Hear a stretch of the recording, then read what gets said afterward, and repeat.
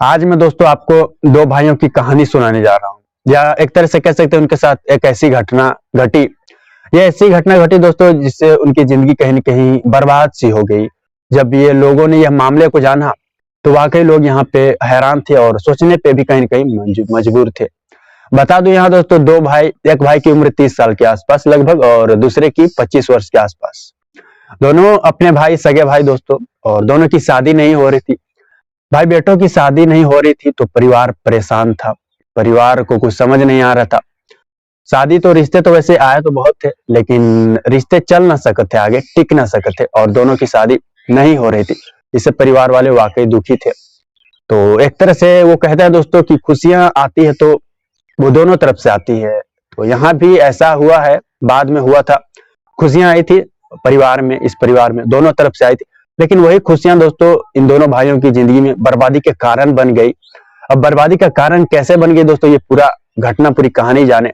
नमस्कार दोस्तों, मैं अंकित सिंह। आज की जो सच्ची घटना मैं आपको सुनाने जा रहा हूँ दोस्तों, जो कि यूपी के हरदोई जिला की है। हरदोई जिला की मैं यहाँ बात कर रहा हूँ। जब 20 नवंबर 2023 के आसपास दो भाइयों की, आपको बता दो, शादी होती है। शादी हुई, एक ही दिन दोनों भाइयों की शादी होती है, और जिसके बाद वो अपने अपने दुल्हन को लेकर अपने घर पहुंच जाते हैं। दुल्हन का जिसके बाद स्वागत किया गया दोस्तों अच्छे से ससुराल में, और जिसके बाद जो पूरा मामला निकल कर आ रहा है वो वाकई सोचने वाली है। बता दूं दोस्तों, हरदोई जिला का रहने वाला एक परिवार था। उस परिवार में पिता, जिसका नाम नरेश पाल, जिसकी उम्र आपको बता दूं 50 वर्ष के आसपास।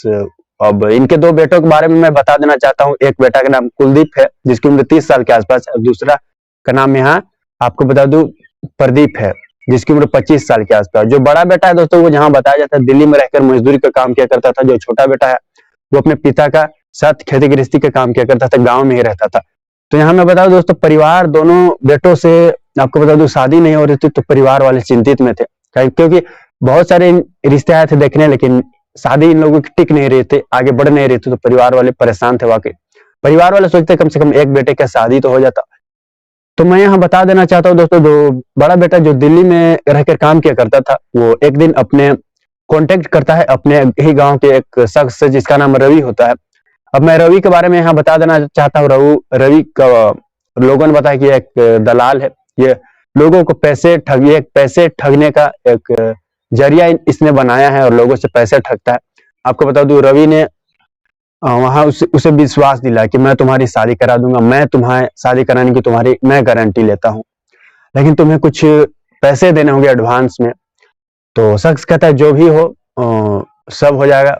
उसके बाद दोस्तों आपको बता दूं, जो शख्स था रवि, वो उसके गांव का ही रहने वाला था, बगल गांव का। और वह आपको बता दूं लगभग 10 नवंबर को उसने कांटेक्ट किया था रवि से, और जिसके बाद 15 नवंबर के आसपास जो जहां बताया जाता है, रवि ने दो लड़कियों को लाया।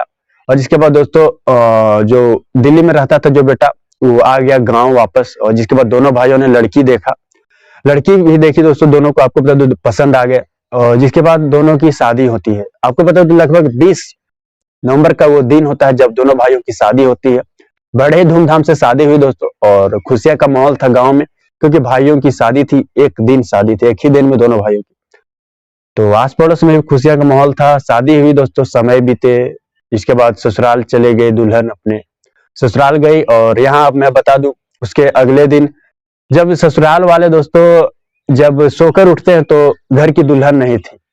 मैं यहाँ बता देना चाहता हूँ, उसके अगले दिन जब परिवार वाले सोकर उठते तो घर में दुल्हन नहीं थी।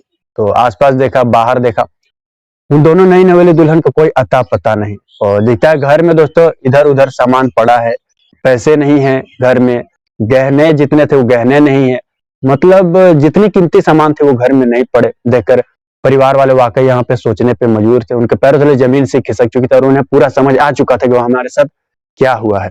तो मैं यहाँ बताया देना चाहता हूँ दोस्तों, जानकारी के अनुसार बताया जाता है, जहाँ लड़कियों की शादी हुई थी, अपने ससुराल गए थे। और जिसके बाद आपको बता दूं, रात को घर पे खीर बनाई थी दुल्हनों ने, मीठी खीर, और उस खीर में दोस्तों बेहोशी की दवा मिला दी थी, और जिसे पूरा परिवार खाया था। जितना भी परिजन थे सब खाए थे, और जिसके बाद बेहोश हो गए थे।